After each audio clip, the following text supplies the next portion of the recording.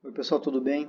Então, a partir de agora, algumas das aulas ou do conteúdo que eu trabalharia com vocês em aulas teóricas ali, de diálogo, mais ou menos como foi aquela primeira aula que a gente teve ali, a saída que eu vou ter vai ser gravar o que eu tenho para comentar, né, sobre alguns PowerPoints que eu estou montando aqui, com os dados e eu estou tendo que improvisar um pouquinho porque eu não vou ter vocês na minha frente para conversar sobre isso, não vou ter como dimensionar como é que estão as dúvidas de vocês. Mas aí mandem pelo Moodle, por favor, dúvidas que vocês tenham e tal.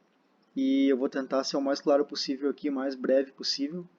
E depois eu vou gravar uma outra aula para vocês, só que daí em vez de trabalhar aqui no PowerPoint que eu estou gravando, simplesmente estou gravando um áudio, né, do que eu estou fazendo no meu desktop aqui. Eu vou fazer a mesma coisa no ambiente do R. Vou fazer um primeiro teste refazendo rapidamente a nossa primeira aula no R, gravando os procedimentos que eu faço ali para vocês terem isso como referência.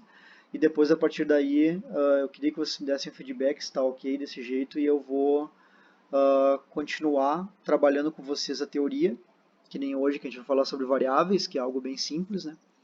E depois eu vou postar algo no R, que é o script que vocês têm que trabalhar, e depois a resolução, digamos assim, do script comigo fazendo os passos do que vocês teriam que fazer no script, né? Claro que eu vou fazer isso de forma muito sucinta, né, para ser rápido aqui para gravar e tal. E daí vocês têm como desenvolver muito mais o script de vocês mesmos depois, né, e tal. Bom, Uh, nós vamos falar de variáveis, então, porque a partir de agora a gente vai começar a medir tudo em variáveis e considerar tudo que a gente descreve a natureza, a biodiversidade como uma variável. Então, o conceito está em inglês, tá? Os conceitos aí, porque essa disciplina é para ser disponibilizada em inglês também em breve. Então, uma variável é essa definição de qualquer característica que é intrínseca de uma população, que pode ser medida ou contada. Esse negócio da população aqui é bem importante, tá? Lembra que a gente falou rapidamente de amostragem e censo, da diferença e tal? Então, a amostragem é o que a gente faz dentro de uma população. A gente vai detalhar isso mais quando a gente falar de delineamento amostral mesmo, né, que vai ser em breve. Mas uma variável é algo que a gente mede dentro da população, que é intrínseco da população. Por exemplo, né, se a gente estivesse na sala de aula, a gente teria ali os 15 alunos, eu acho que estão matriculados na disciplina, e a gente pegaria dos 15 alunos, a gente podia amostrar desses 15 alunos, né, considerando que isso é a nossa população, quantos são homens e quantos são mulheres. Porque isso é uma característica intrínseca da população. E eu tenho como contar isso, né? Eu posso medir a altura da população toda de vocês, que é o que a gente fez na primeira aula lá. A gente já tomou uma variável da população de vocês, né? Como eram poucos, a gente fez um censo, né? Mas geralmente não dá para fazer, como a gente já discutiu também. Só que as variáveis podem ser de alguns tipos. Surpreendentemente, só tem dois tipos de variáveis, tá? Que são as quantitativas e as qualitativas. Variáveis quantitativas são divididas em variáveis contínuas e discretas, e as variáveis qualitativas em ordinais e nominais. É meio empírico isso, mas a gente vai ver o que são esses conceitos porque é bem importante a gente saber. Uma variável quantitativa constitui qualquer coisa que a gente consegue contar. Ou não necessariamente contar, mas que tem um valor numérico associado. Tá? Que tem um valor numérico. Ela pode ser contínua ou discreta. Contínua, uma variável contínua, a gente pode ter qualquer valor considerando os números reais. Por exemplo, a altura. Qual é a altura que a gente mediu de vocês? Uns tinham 1,74. A gente poderia, inclusive, adicionar mais casas decimais à altura, né? Então, poderia ser 5, 10 casas decimais depois da vírgula. Está dentro dos números reais ainda. Tempo. Tempo a gente mede, dependendo da escala, em minutos, segundos, milésimos de segundo, horas, dias, eras, né, da Terra, mas a gente consegue medir tempo no intervalo em qualquer número real. Idade é a mesma coisa. A gente acaba dizendo que a gente tem uma idade X. Eu tenho 36 anos. Na verdade, eu tenho 36 anos, alguns meses, alguns dias, algumas horas e alguns segundos e alguns milésimos de segundos, né? Então, é uma variável contínua. Temperatura, etc. Isso é um pouco diferente de uma variável discreta, porque uma variável discreta ela é limitada ao número de valores, né? E não pode ser observada em frações, como a gente falou de frações de tempo, frações de altura, de repente e tal. Exemplo, número de carros no estacionamento. A PUC tem estacionamentos. Eu posso fazer uma média dos carros dos estacionamentos da PUC. E como é que eu faço isso? Contando os carros, né? Quando eu contar carros no estacionamento, eu sempre vou ter um número inteiro de carros, né? Eu não tenho 1,4 carros. Número de filhos. Eu tenho 3 filhos. Eu tenho 5 filhos. Eu tenho 1 filho. Não tem como eu ter 1,2 filhos, né? Se eu tivesse em aula, eu perguntaria para vocês, tá, mas não tem como eu ter, em média, considerando os, digamos, 4 estacionamentos da PUC, em média, para cada estacionamento eu tenho 40,8 carros? Sim, né? Eu posso chegar nesse valor. A minha variável não é mais discreta? Sim, a minha variável é discreta, ela não é contínua. As médias que eu posso derivar de variáveis discretas podem ter valores decimais, valores em fração. O que muitas vezes as pessoas confundem, né? O que é uma variável qualitativa? Eu não consigo contar uma variável qualitativa. Ela não tem valor numérico. Beleza, elas podem ser nominais ou ordinais. Nominais são também chamadas de variáveis categóricas, tá? Ou atributos, né? Aí exemplos tem vários, né? Marca de roupa, por exemplo. Sexo é uma variável nominal, né? Eu tenho duas categorias, religião, cor do olho. A gente podia em aula, provavelmente vai fazer isso aqui em aula presencial, olhar a cor do olho, distribuição da cor dos olhos da nossa turma ali. É uma variável categórica também chamada, né? Nominal. Eu consigo colocá-la em categorias. Uma variável ordinal, eu também coloco em categorias, tá? Daí é um pouquinho complicado de separar. Só que a grande diferença é que na nominal não interessa a ordem. Por exemplo, eu posso ter cor de olho azul, castanho e verde. Só essas três, vamos dizer, tá? Eu não tenho uma ordem nessas cores de olho, né? Eu não tenho do azul em direção ao castanho. Azul, verde, castanho. Verde, azul, castanho. A gente até poderia discutir que tem uma ordem de pigmentação, mas não tem uma ordem, por exemplo, de valor, né? Não tem isso. Agora, numa variável ordinal como tamanho de roupa, por exemplo, eu tenho tamanho de roupa pequeno, médio, grande e extra grande. Pequeno, médio, grande e extra grande são três categorias, concordam? Só que essas categorias são claramente ordenadas, né? Por isso que o sinônimo de uma variável ordinal é uma variável de rank, uma variável ranqueada, ou simplesmente ranks, né? Quando eu ranqueio alguma coisa, isso é uma variável ordinal, tá? Então as variáveis qualitativas podem ser nominais ou ordinais. Basicamente são essas variáveis que existem, certo? E daí um exercício simples que vocês já podem fazer é pegar as variáveis que a gente trabalhou até agora, lá no script do R que vocês trabalharam. Eu vou em breve, como eu falei para vocês, postar a questão do script do R. E daí eu vou falar com vocês, fazer uma brincadeira em relação a categorias de variável e tal. A gente tinha, por exemplo, nos nossos dados da primeira aula, uma variável que era riqueza de espécies. Pensem se riqueza de espécies é uma variável quantitativa ou qualitativa, e dentro de cada uma delas qual é a categoria da riqueza de espécies. A outra variável que a gente tinha era o fragmento. Era o fragmento A ou B. A gente tinha dois fragmentos lá. O fragmento é uma variável. Ela é quantitativa ou qualitativa? Pensem nisso. Tem vários tipos de variáveis. Eu coloquei uma listinha aqui do material bibliográfico que eu tenho, que eu uso de referência. Os dois tipos que vocês vão ver com mais frequência é a variável dependente e independente. A gente já falou brevemente sobre isso. Uma variável dependente é o resultado de um experimento, ou seja, o que eu meço num experimento. Quando eu mudo uma variável independente, que a gente já viu o que é, tu vê o que acontece com a variável dependente. O que é a variável independente? É a variável que não é afetada por nada que eu faço como pesquisador. Exemplo, nas nossas variáveis da primeira aula, a minha variável fragmento, qual fragmento é a variável independente. Eu não tenho controle sobre isso, né? Eu não tenho como mudar o nome do meu fragmento. E eu não tenho como monitorar fragmento. Isso é irrelevante. O fragmento, eles estão lá. Agora, se o fragmento influencia a minha riqueza, a variável dependente que eu tenho é a riqueza. Porque o meu experimento não é bem um experimento lá porque é na natureza, né? Na verdade é uma amostragem, mas enfim. Na minha amostragem, eu estou dizendo que a riqueza vai variar em função do fragmento. Portanto, a riqueza é o que eu estou monitorando. Eu vejo o que acontece com a riqueza dependendo do fragmento. Variável dependente e independente. Depois tem vários tipos de variáveis que eu não vou ficar lendo aqui, vocês podem dar uma lida, mas se vocês olharem na literatura para estudar, para essa disciplina, vocês vão ver que em muitos momentos se fala dessas variáveis aqui. Variável aleatória talvez seja mais importante para o momento, que a gente vai ver em breve como é que se faz um modelo linear que inclui variável aleatória.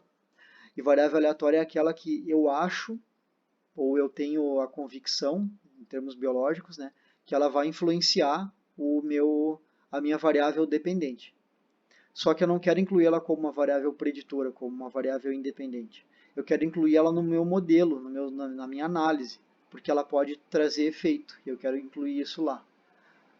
E aí a gente vai botar isso, aprender como colocar isso numa análise. Por exemplo, imaginem que eu tenho fragmentos, aqueles dois fragmentos lá, certo? Eu quero comparar a riqueza, de acordo com o tamanho. Daí eu vou mudar, minha variável independente não é mais o fragmento, é o tamanho do fragmento, né? Bom, daí eu vou medir os tamanhos dos fragmentos. E daí eu meço tamanhos de fragmentos em 5 municípios diferentes. E daí eu vou ver, a gente já vai ver como é que funciona isso, né? Mas eu vou ver se o tamanho do fragmento influencia a riqueza. Só que se eu medir em 5 municípios diferentes, uma coisa bem plausível da gente pensar é que pode ter diferença de riqueza entre municípios, né? Eu posso ter um município que tem maior riqueza do que o outro, e isso vai ser um problema na minha análise. Daí eu incluo o município como variável aleatória. Em breve a gente vê como fazer isso. Geralmente a minha variável, geralmente não, sempre, desculpem, a minha variável dependente, a minha variável que eu monitoro, ela fica no meu eixo vertical do modelinho linear de regressão, que nem isso aqui que vocês estão acostumados. E a minha variável independente, a minha variável preditora, fica no meu eixo horizontal. Isso aqui é o clássico que a gente falou sobre relação espécies-áreas em ecologia, que quanto maior a área, maior o número de espécies nativas. Olha que legal. Então, se eu fizesse aquele trabalhinho que eu fiz lá, com vários fragmentos, e com fragmentos de diferentes áreas, eu ia ver uma coisa parecida com isso.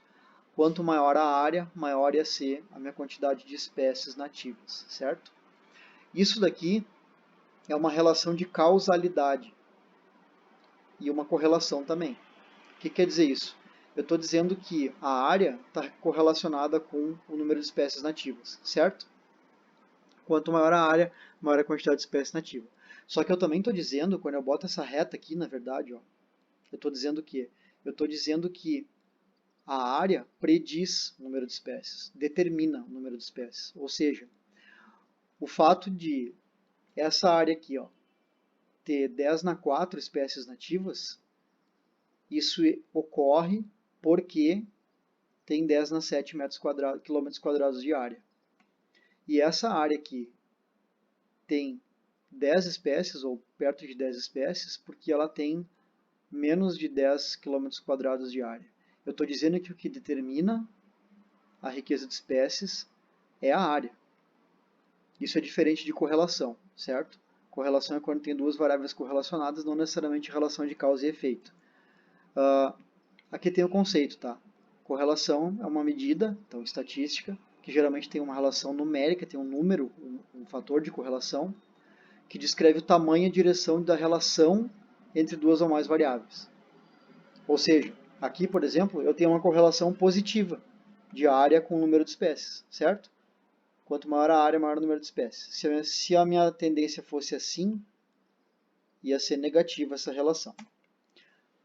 Causation, que tem a ver com causalidade, indica que um evento é o resultado da ocorrência de outro evento. Existe uma relação causal, e daí também é referido como causa e efeito. Então, olha a diferença. Não é eu dizer que em áreas maiores tem mais espécies. Não, é eu dizer que o que provoca, o que explica eu ter mais espécies é o tamanho da área.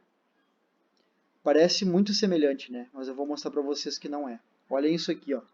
Isso aqui é um dado de número de óculos vendidos na Disney.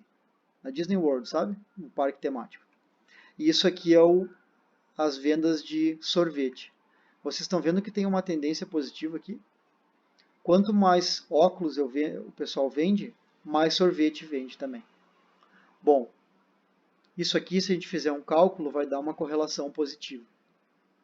Agora, por que não tem uma linha aqui? Por que não tem uma linha de tendência que nem tem aqui? Bom, não tem uma linha de tendência porque eu não consigo fazer uma ligação direta entre o número de óculos que eu vendo e a venda de sorvete. Não tem uma relação causal, uma explicação biológica. Vocês conseguem pensar em alguma explicação biológica para isso? Alguma explicação social? Alguma explicação qualquer? Por que quanto mais óculos eu vendo, mais sorvete eu vendo? Se vocês conseguiram pensar um pouquinho sobre isso, pausem o vídeo de repente e pensem se vocês conseguem entender o porquê. Mas tem uma explicação super simples por trás disso. Quanto maior a temperatura, mais sorvete eu vendo lá. O que isso quer dizer? Por que tem uma reta agora aqui? Porque quanto mais quente está, mais as pessoas querem se refrescar com sorvete. Só que tem uma questão. Onde é que estão os óculos aqui? Como é que eu explico esses óculos aqui? Bom, quanto maior a temperatura, também mais óculos solares o pessoal vende. Por quê? Porque tem mais sol, quanto maior a temperatura, maior a insolação, né? Maior a irradiação, e mais as pessoas querem proteger os olhos do sol, e mais ela se usa muito mais óculos escuros no verão, né? No mundo inteiro do que no inverno. Então, assim, o que explica a venda de óculos e a venda de sorvete é a temperatura. Um não explica o outro, entenderam? Tem uma mediação aqui, tem um fator intermediário entre os dois. Portanto, essa relação aqui é de correlação, não é de causa e efeito. E é uma correlação positiva super forte. Olhem isso. Essa linhazinha vermelha é o quanto os Estados Unidos gastam em ciência, corrida espacial e tecnologia. E isso daqui em preto é o número de mortes por enforcamento, estrangulação e sufocamento. É uma correlação quase perfeita. É uma correlação com R, correlação de Pearson, de 0,99. Vocês entendem que isso, do ponto de vista matemático, eu não tenho como negar essa correlação aqui. E é uma série de dados de 10 anos quase. Não, de 10 anos a série de dados. E aí? É uma correlação ou uma relação de causa e efeito? Não tem como eu estabelecer relação de causa e efeito com o gasto em ciência predizendo o número de mortes por esses tipos de morte aqui. Né? Vocês devem já ter concluído que é impossível. Então isso é uma correlação. E o nome dessa correlação é correlação espúria. É uma correlação que não faz sentido. É uma correlação puramente numérica. Olhem outra. Em vermelho, consumo de queijo per capita. E em preto, o número de pessoas que morreu enrolado nos lençóis. De novo, eu não botei a correlação aqui, mas é um valor de correlação super alto. E eu não vou tentar assumir uma relação de causa e efeito com o consumo per capita de queijo com as mortes por se enrolar nas roupas de cama. E isso aqui é dado real, pessoal, isso aqui não é uma piada.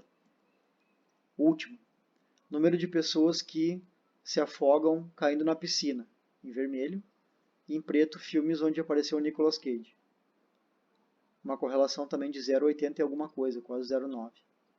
Não tem relação de causa e efeito, né? Isso aqui são piadas, é uma brincadeira que vem desse livro aqui, ó, que é o livro Correlação Espúrias. Tem um site bem legal sobre correlação espúrias, recomendo que vocês deem uma olhada. E recomendo também, mais do que tudo, que vocês pensem nas coisas que vocês leem, principalmente em redes sociais, né, e coisas assim, mídia mais alternativa, grupo, enfim, que o pessoal acaba mandando dados, entre várias aspas aí, dados, né, explicando coisas, até agora sobre coronavírus, isso é importante, assumindo relações de causa e efeito ridículas, assim, ou negando relações de causa e efeito também. A gente vai falar rapidinho de acurácia e precisão, porque tem a ver com medição das nossas variáveis, né? Isso aqui tem na literatura e influencia os testes que a gente faz diretamente, né? A acurácia tem relação com a proximidade das medições em relação a um valor. Então, o que é isso? É o valor de referência, tá? É o valor de referência, e aqui é uma medição. Isso aqui é a acurácia. Isso aqui é a acurácia. Vamos pensar no seguinte: quanto que é o meu valor de referência para riqueza, lá nos meus dados da primeira aula, tá? Como é que eu sei o valor de referência? Eu sei mais ou menos quanto é que é a riqueza média de todas as florestas subtropicais da América. Legal. A acurácia é o quão perto daquele valor de referência a minha medição fica. E o que é precisão? É o quão próxima entre si ficam as minhas medições. Lembram que a gente falou sobre isso aqui? Vamos dizer que isso aqui seja a minha média de riqueza, tá? A minha média de riqueza. A minha precisão é o quanto perto da média, o quão perto da média ficam as minhas medições todas. Naquele caso lá eu tinha 50 medições de riqueza para cada fragmento, né? Daí quanto maior a proximidade entre as minhas medições, maior a minha precisão.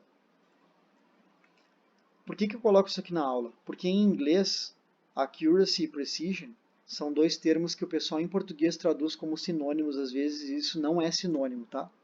Aqui exemplos, tá? Alta acurácia e alta precisão, num alvo, né?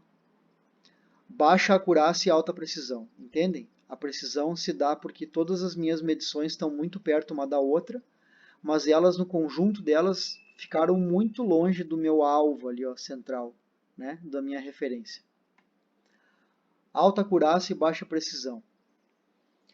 Todas as minhas medições estão muito perto do meu alvo, muito perto do meu valor referência, mas estão longe entre si, né? Variam muito entre si. Eu tenho uma baixa precisão. Baixa precisão, baixa acurácia, tudo minhas medições uma longe da outra e todas distantes do meu valor de referência. Então isso aqui é o resumo do que é acurácia e precisão. Isso aqui vai ter a ver com a confiabilidade dos meus dados, tá? Principalmente a precisão. Tá? Principalmente a precisão.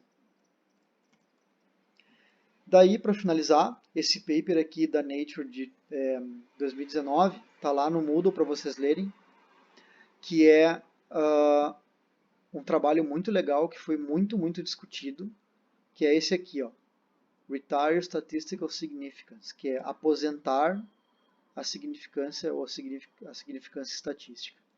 É um trabalho que critica muito a questão do p-valor. A gente discutiu na primeira aula isso, eu mostrei para vocês duas medições, né, com média e desvio de riqueza entre dois fragmentos e perguntei para vocês se tinha diferença. E mesmo tendo uma distância muito grande dos valores observados, que vocês viram na hora, vários de vocês ficaram relutantes em falar que tinha diferença. Por quê? Porque vocês estão presos a isso aqui, ó, a significância estatística, o que é perfeitamente normal, né? Esperado. Eu esperava que aquilo acontecesse, sempre espero, porque a gente é fixado nessa ideia de ter diferença significativa e ignora padrões nos dados, às vezes, por causa disso. Tá? Então, leiam. A gente discutiria isso em aula. Eu não sei muito como é que a gente pode fazer da melhor forma isso. Talvez eu bote umas perguntas para vocês, ou a gente pode fazer uma discussão online, rapidamente, numa sala, sobre esse artigo aqui. Mas leiam ele por enquanto e aguardem que nos próximos dias eu vou postar uma nova aula aí, comentada também, só que agora na plataforma R.